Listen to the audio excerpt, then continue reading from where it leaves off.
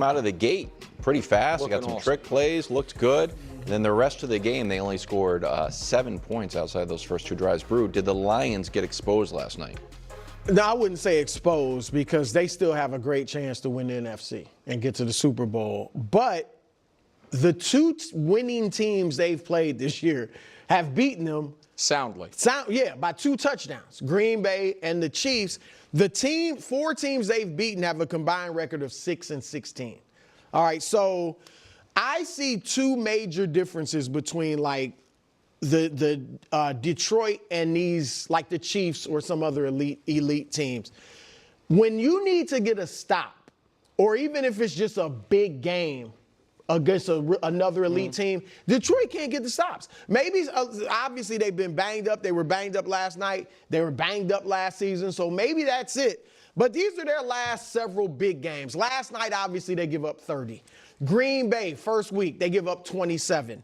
Last year in the playoff game against Washington, they give up 45. Last night, the Chiefs showed you they played great defense throughout the game, but Detroit, you talked about the Chiefs punching them in the mouth.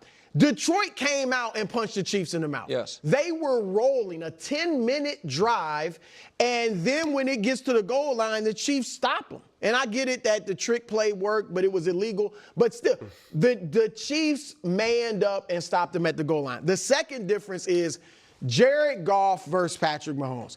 Goff is a very good quarterback, but he can't make lemonade out of lemons. Mahomes can make something happen when it doesn't appear he has the help or when it's just the situation play calls from for it. behind. Yes, Goff, I mean, look, and I'm not trying to take anything away from Goff. He has probably the best tandem of running backs in the league with Jahmyr Gibbs, and David Montgomery. Yes. Arguably the best tandem of receivers in Jameis Williams and Amon St. Brown. And then he's got Sam Laporte is arguably the best tight end at this point. So I'm just saying Mahomes can make something happen when he has to. Goff, not so much. So that's the 2 differences. So to be fair to the Lions, the Ravens game was a big game, but the Ravens moved the ball. To your point about their defense, right, you know what I mean? Right. They scored 30. Right, they forced the fumble on Derrick Henry, but last year when Detroit lost to Buffalo scored 48. Right, and so here, listen, I did not think that was a fun trick play. I thought that was a canary in the coal mine, that this Lions team isn't as tough as they think they are, and I think we saw it the whole game. Look, you can't even barely see the blue line, they're so close. You guys, you're supposed to be the biting kneecap Detroit Lions. You have David Montgomery. Right. Run the ball. You're throwing a pass. By the way, Tony Dungy said he saw them do this in practice. They did it illegally in practice too, which made him think the rules had changed since he was coaching.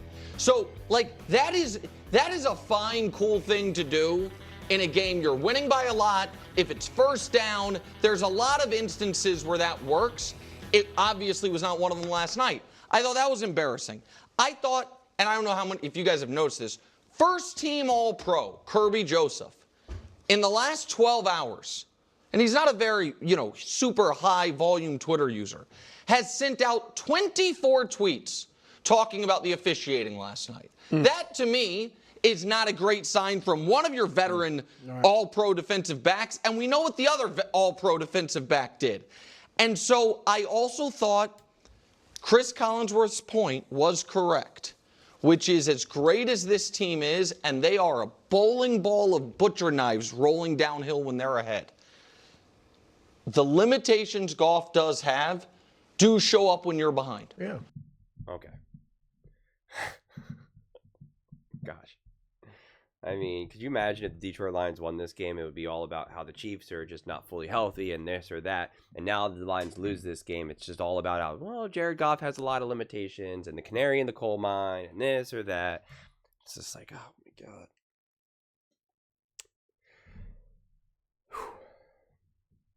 Let's have a talk. Let's just unpack this in every direction we can. In every way that we can. Right or wrong, let's just talk about it. The Detroit Lions lost this game. They did. The Kansas City Chiefs played better. Yes, they did.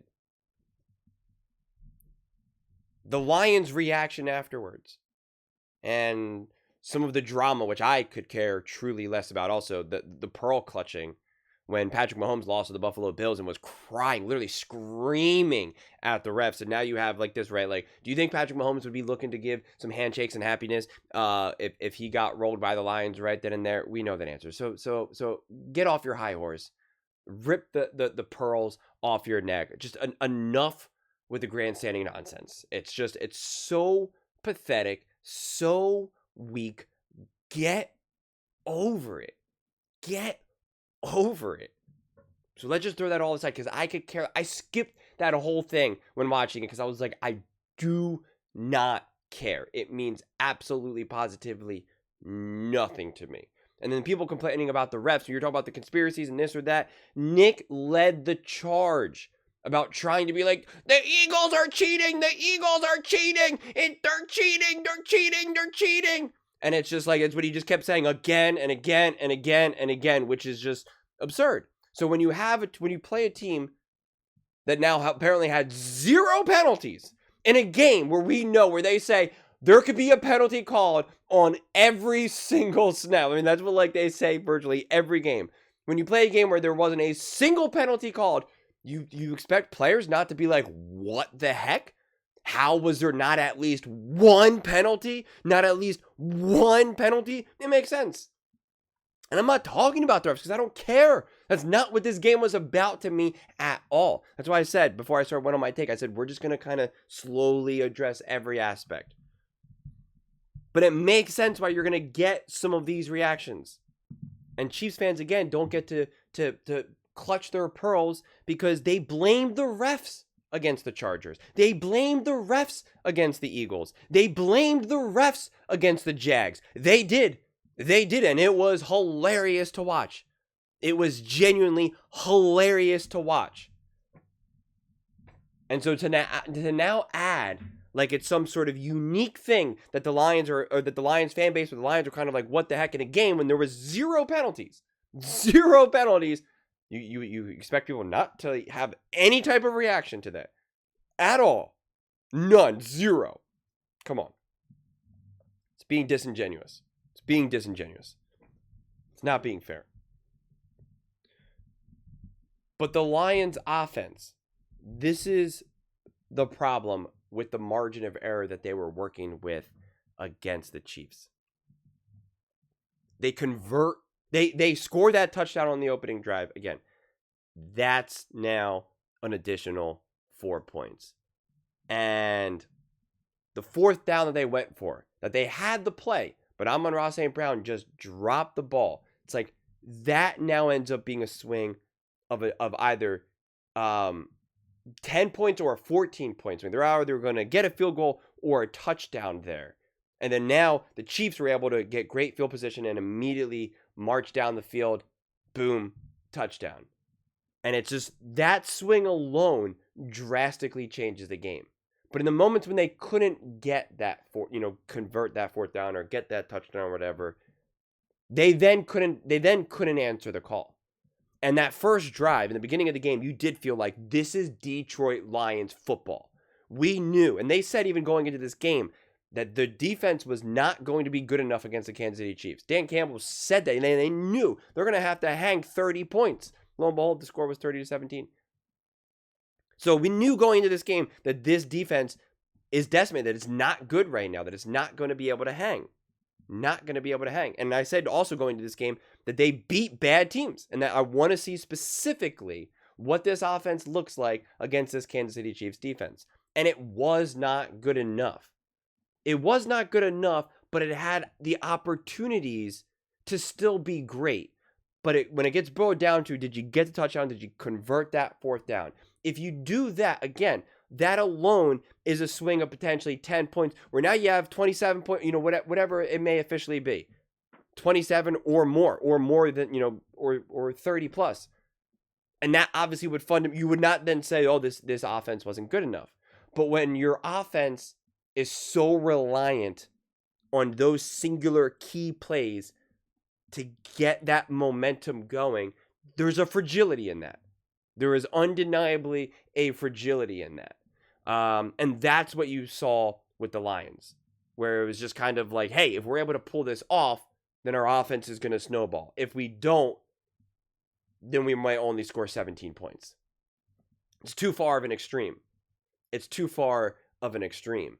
And that's the problem. Now, you could be going up against top defense in the NFL, best coach defense in the NFL, and you could be like, well, that's what we went up against, and that could be true.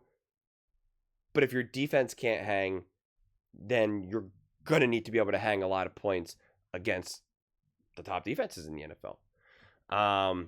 So it does become murkier right now.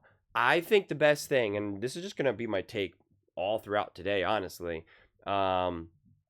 is it just feels right now that, like, if you were the Lions, I think you'd be more concerned if you felt like the Bucs were this unbeatable team, or that the Eagles were the Eagles of last year, or that the Rams, it just seems like all these teams were better last year than they were this year.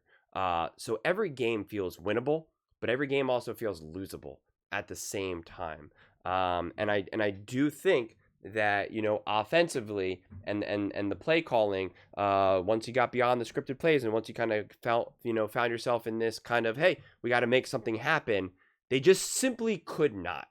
And, you said Collinsworth did a great job pointing this out. They were just saying, what he was pointing out was that you are now in this, you're down, you're in these obvious, long down situations where you have to throw, and then Spags is going to be able to just dial it up and get after him. Like, all quarterbacks struggle in those moments here. So to try to use that as like an indictment of the limitations of Jared Goff, it just seems like a bridge too far. And this is why I kept talking about these extremes that we keep swinging back and forth. I literally talked about this with Jared Goff last week and last weekend, this past weekend, talking about how 1 minute Colin's like, oh, Jared Goff's not good enough with the Detroit Lions, yada yada yada. And then he beats the Bengals and the whoever else they played, and it's just like, oh, he's a Hall of Famer now. And it's just like, well, you just said that it's over, the Super Bowl window's closed, that Jared Goff's not good enough, and that's why the Rams were able to win the Super Bowl, and then now they fall to the Kansas City Chiefs, and now we're back to the Lions have limitations and Jared Goff, and it's just a swing and a swing and a swing and a swing. It's dizzying. It's genuinely dizzying right now. I think if you're the Lions, you need to get your defense healthy, and this keeps happening. You need to get your defense healthy, and you want your offense to be more resilient. It can't be dependent on converting fourth downs for either touchdowns or just converting them to keep the drive going. You want to be able to be more resilient, because this is what happens. We saw this in 23. You had arguably the best, or one of the best teams in the NFL. And I think it was Amon-Ra St. Brown also dropped that fourth down ball. I'm pretty sure. And it was just like, right, if you catch that fundamentally changes the game. If you don't, you're done. You can't have your entire offense fall on that bounce in those moments. It just becomes too much. You want to be able to have those moments, but you need to have a great enough offense that when those moments when they aren't accomplished, it's still okay. You can take that chance because you can make up for it in the back end. That's what the Lions lack, at least in this immediate moment. And so it will be on the coaching and the team to be able to find their way through it. But if they constantly feel like, hey, our defense is not going to be good enough, we just got to go all out relentlessly. Well, that was the mentality that they had here. And you saw that when it becomes a swing and the miss, this high-powered offense scores 17 points. It's by definition, it's a legitimate swing and a miss. You're going for the grand slam to hang 35, 42 points, and if you miss it, you score 17 points. You score 17 points. The Jags score more points than you. That's what I'm talking about, the unsustainability factor. That can't be. The Detroit Lions offense is too good. They do have too great of pieces to score less than the Jacksonville Jaguars. They scored less than the Philadelphia Eagles. And no one saying the Philadelphia Eagles offense is playing at a high-powered top level right now. Right? I'm pretty sure the Eagles won that game 20-17 or something. So those are just the things that I think the Detroit Lions kind of have to look at and unpack and figure out. But those are just my thoughts. I'd absolutely love to hear yours. What do you guys all think about the Detroit Lions? Did they get exposed? And was it embarrassing, as Nick Wright so eloquently put it? Let me know in the comments below. I read every single comment. So whether you agree with me or disagree with me, either way, let's get in some discussions. Let's get in some fights. But ultimately, let's just have some fun. And please do consider subscribing. We are building an amazing community here, and absolutely love to see you part of it. I want to build something that we all genuinely feel connected to. Something that we're really excited to be part of. I think we're well on our way to doing it. And please don't forget to give this video a thumbs up, as it really does help with the visibility and the algorithm. Thank you so much. See you next time.